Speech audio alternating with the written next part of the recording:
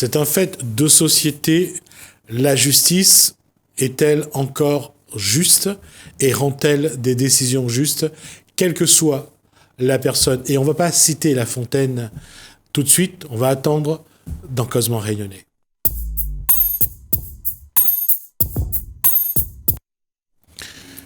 Que l'on soit... Bonsoir. Arnold Jacou. Bonsoir. Bonsoir, Salim Boussadji. Bonsoir. Est-ce que l'un des deux peut me dire exactement ce que La Fontaine a dit? Que l'on soit riche ou pauvre, les jugements de cour nous rendront... Selon que vous serez... Soyez puissants ou misérables. Les jugements de cour vous rendront blanc ou noir.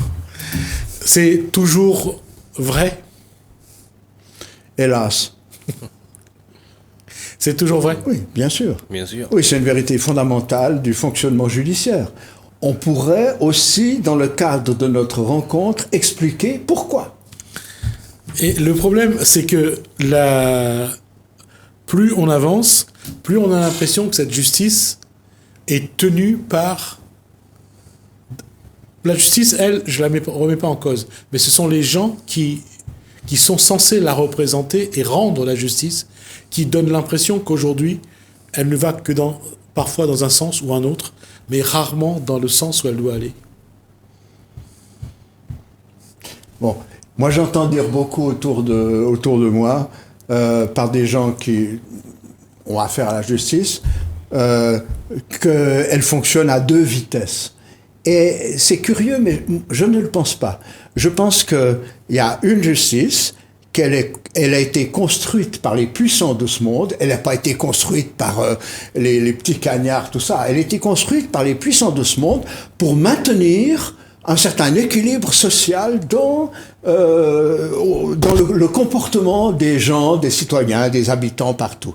Et vous observerez alors que lorsqu'il s'agit de simples gens qui transgressent parce qu'ils ont volé, parce qu'ils ont forcé la vitesse sur leur véhicule, ça, le système judiciaire fonctionne très très rapidement, dans l'immédiateté.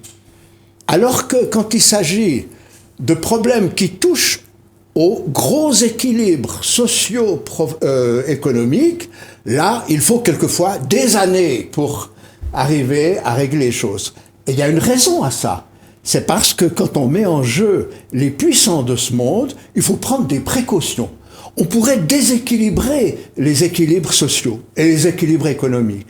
Donc il faut faire attention, parce que derrière ce déséquilibre qui a l'air bien identifiable et bien identifié, il y a la théorie des dominos. Ça pourrait entraîner d'autres chutes, d'autres affaires. Et donc je crois que la justice fonctionne comme ça. Et notamment dans la question qui va être débattue autour des problèmes des Moussadji, on voit bien que les prédateurs hypothétiques des Moussadji ne seront jamais condamnés parce que ça déséquilibrerait le fonctionnement réunionnais. Arnold Jacou, vous êtes également psychosociologue? Également, oui, c'est l'essentiel aussi de mon métier. Oui. Voilà. Et une question sur une société comme La Réunion qui est toujours en évolution. Qu'est-ce qui fait que les misérables, entre guillemets, ne trouvent pas les moyens de faire en sorte que la justice condamne les puissants? On a parlé de déséquilibre, mais il n'y a pas que ça. Mais donc, si nous revenons à l'idée que l'organisation judiciaire, elle a été structurée par les sommets des hiérarchies de ce monde, on a d'abord un début d'explication. Exact. Et j'ai pas encore parlé des élus et des politiques. Salim Boussadji, tout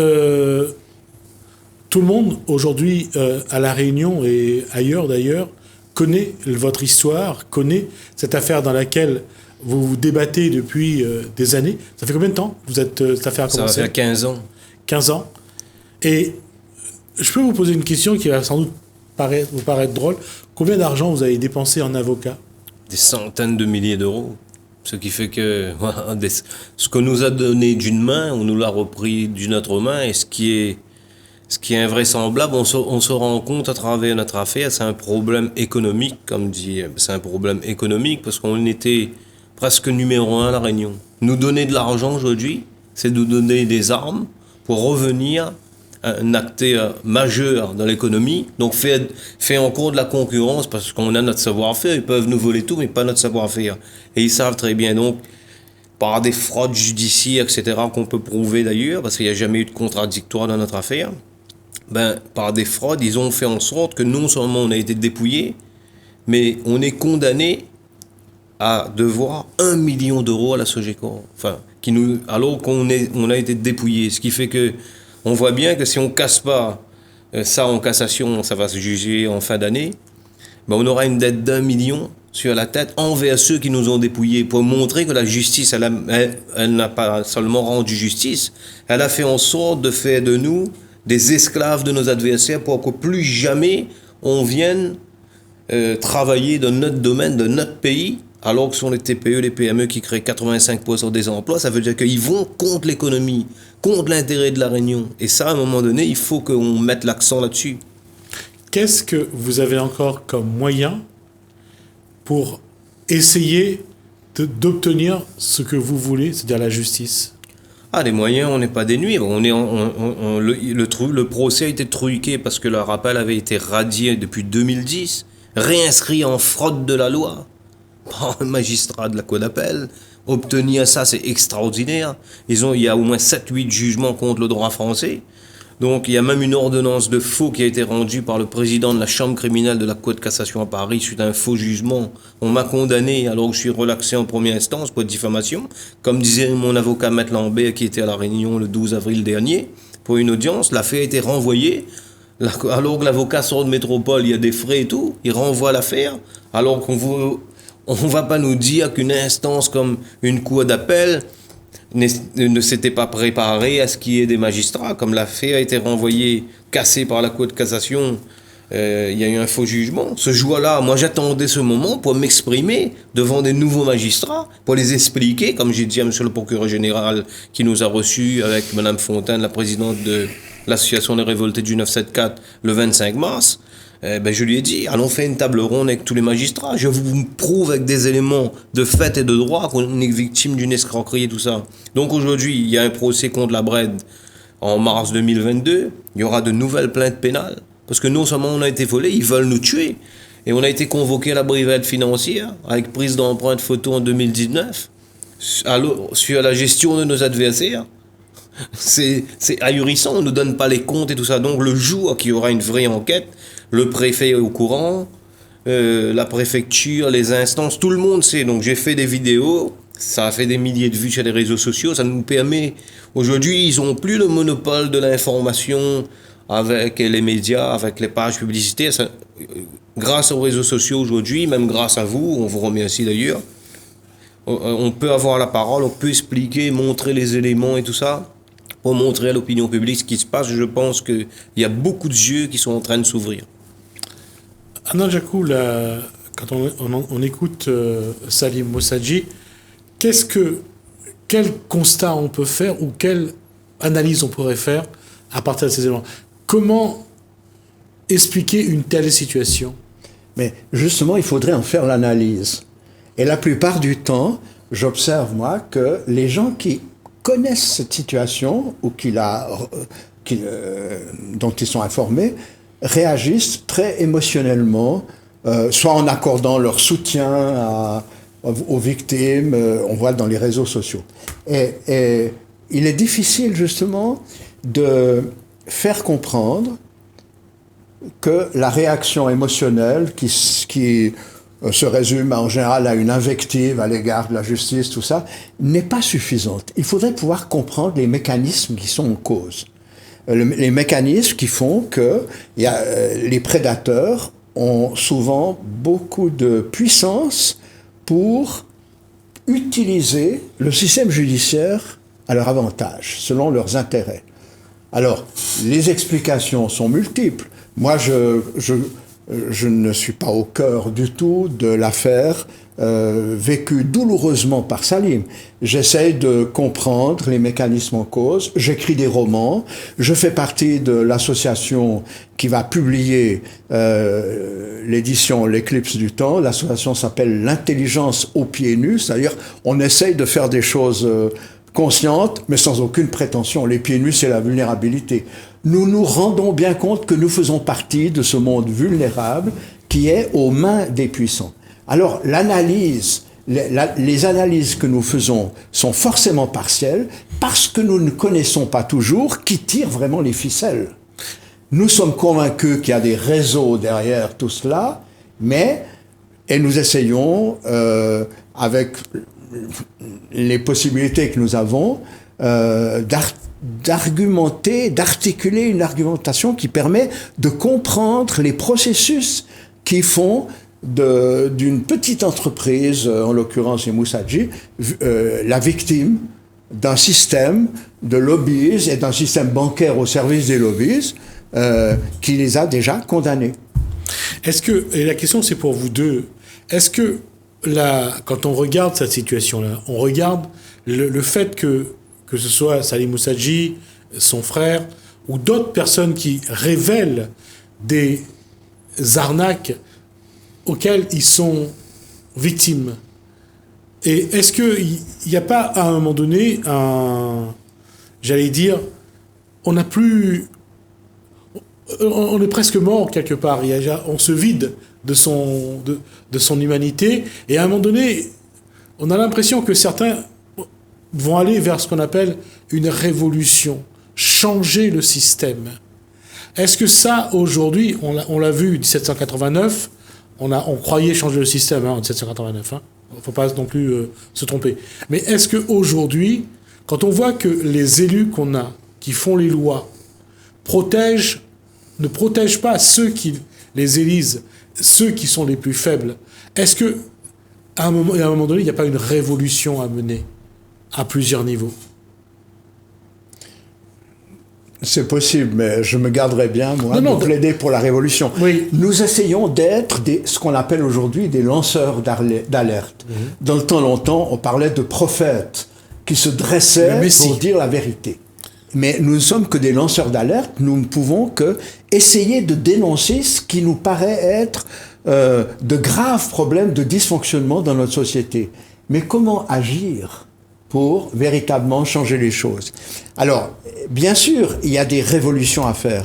Mais évidemment que lorsque nous parlons de révolution, la représentation qu'on a à l'opinion publique, c'est le sang qui est versé, ces choses. Il ne s'agit pas de ce type de révolution, vous comprenez bien. Oui. Mais il s'agit de créer une conscience collective dans la population pour qu'elle n'accepte pas d'être simplement tolérante à l'égard des pouvoirs établis qui s'arrangent toujours pour maintenir un niveau de frustration suffisamment bas pour que aucune contestation ne puisse véritablement s'élever. Lorsque je parle de révolution, est-ce que, par exemple, de révolution, c'est d'élire des parlementaires suffisamment honnêtes, droits, qui font des lois pour aussi les classes moyennes, pour les faibles? Est-ce qu'on ne peut pas, quand on parle de révolution, mettre en place des personnes qui, je ne dis pas qui est contre, mais qui aussi protègent toute la population? Si vous me demandez à moi. Non. Alors, moi, ce que je pense, c'est pas le problème des personnes. C'est que ici, à La Réunion, j'ai envie de dire en France, il n'y a pas d'instance pour véritablement contrôler l'élaboration des décisions et les décisions publiques qui sont prises. Il n'y a aucune instance de contrôle. On a d'un côté une majorité qui décide, avec les élus qui en sont à la tête, et au fond de la salle, il y a la minorité qui fait la gueule, qui proteste et qui claque la porte. Mais on n'a pas véritablement pour élaborer la décision publique et pour contrôler la manière dont les processus sont mis en œuvre, soit pour les décisions économiques, soit pour les politiques sociales. On n'a pas d'instance véritable qui associe la population et qui permettrait que les décisions prises soient vraiment les plus intelligentes possibles et au service de l'ensemble. Saïd Mossadji, qu'est-ce que vous auriez aimé avoir comme soutien? Pas seulement de la population, mais du système en place. Être accompagné, avoir un professionnel de la justice qui vous met sur de bons rails, qui vous donne de bonnes informations et qui vous accompagne. Est-ce que ça aurait été un plus? Oui, nous déjà, on a déjà contacté quatre députés. On a déjà été reçus par M. Ratnon, Mme Lebon, M. Poudroux et M. Lorion. Tous, ils sont parfaitement conscients de ces dysfonctionnements, ils sont d'accord. Voilà, mais après, ils sont liés à la séparation des pouvoirs également, selon eux. Donc, on voit bien qu'il y a toujours des barrières pour pouvoir... Et le problème, c'est que nous, aujourd'hui, on est en train de sensibiliser tout le monde. On va, d'ailleurs, notre affaire prend une tournure politique, parce que c'est un gros dossier économique. On va sensibiliser une nouvelle fois tous les candidats au régional, tous les députés, toutes les instances, les ministères à Paris. Et avec les victimes, on envisage même de partir en métropole et de manifester devant les ministères de la justice et tout ça, pour qu'aujourd'hui, parce que c'est des scandales, et il n'y a pas que mon dossier, il y a beaucoup d'affaires de spoliation, et on voit bien que l'institution judiciaire, comme dit Arnold, elle n'est pas là pour dire le droit et rendre la justice, elle est là pour maintenir les équilibres socio-économiques. Le gros, il doit rester gros. Et le problème, c'est qu'on peut donner à la justice toutes les preuves. On peut avoir le professionnel, nous, qui va nous orienter. On a fait les procédures qu'il faut, on a fait les plaintes qu'il faut, mais qui ont été anéanties de façon minutieuse, de façon arrangée avec le personnel judiciaire. Et c'est ce personnel judiciaire-là qui somme, pas toute la justice, mais une grosse partie de la justice. Nous, notre affaire, ça touche toutes les juridictions, depuis le tribunal de commerce, la cour d'appel, il y a eu des instances arbitrales, etc. On voit bien, la Réunion, c'est petit, c'est vraiment des réseaux interconnectés. Et on peut avoir le plus gros avocat qu'on veut. Mais si les arguments de droit ne sont pas pris en compte par les magistrats censés rendre, comme je vous donne un exemple, ils étaient condamnés à 1,5 million en 2008 avec exécution provisoire. Ils plaident la crise pour ne pas payer. On les assigne en redressement. Redressement, ils disent tout le contraire. Le premier président Aménage dit de payer 270 000, de verser 1,3 million à la caisse de dépôt. Ils n'ont pas exécuté. On a demandé la radiation de leur affaire. Leur appel a été radié. Mais qu'est-ce qu'on peut faire si un magistrat a décidé de réinscrire leur appel en fraude? C'est de la fraude. Ça peut être, on peut avoir le meilleur avocat du monde, mais voilà. Et c'est un parallèle, une analogie un peu, qui va peut-être apparaître un peu bizarre.